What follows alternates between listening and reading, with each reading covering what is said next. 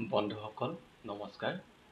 আজি এটা বিশেষ ইনফৰমেশ্যন লৈ আপোনালোকৰ ওচৰতে ভিডিঅ'টোৰ যোগেদি আহিছোঁ। ইনফৰমেশ্যনটো ট্ৰেফিক ৰুলছ সম্পৰ্কে।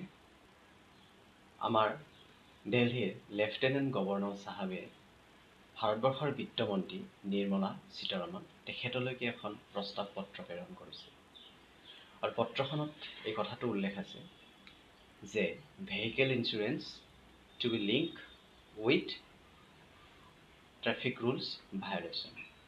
অৰ্থাৎ এখন বাহনৰ যিটো ইঞ্চুৰেঞ্চ থাকিব, সেই বাহনখনৰ চালকে যদি ট্ৰেফিক ৰুলছ কেতিয়াবা ভায়োলেট কৰে, তেতিয়াহ'লে সেই ভায়োলেশ্যন ৰেকৰ্ডটো ইঞ্চুৰেঞ্চৰ লগত লিংক কৰাব লাগে।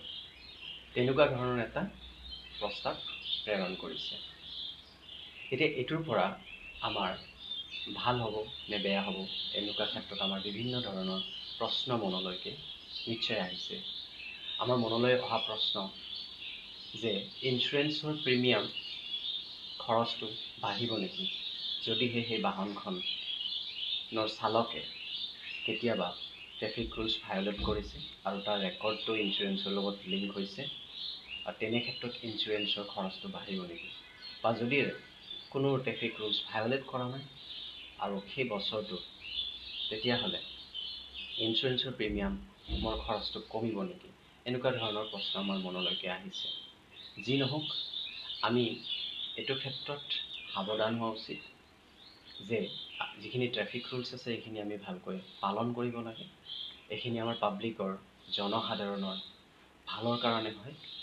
গতিকে আমাৰ যাতে একো সমস্যা নহয়, কেতিয়াও কোনো বিপদত নপৰোঁ, তাৰ বাবে আমি ট্ৰেফিক ৰুলছ মানি চলা ভাল।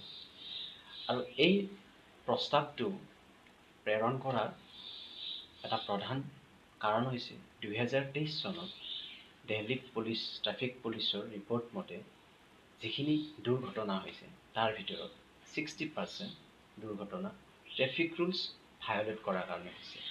ৰেড লাইট ছিগনেল ভায়োলেট কৰা বা অভাৰ স্পীডিং, এনেকুৱা ধৰণৰ বিভিন্ন কাৰণত দুৰ্ঘটনাৰ পৰিমাণ বাঢ়ি গৈছে।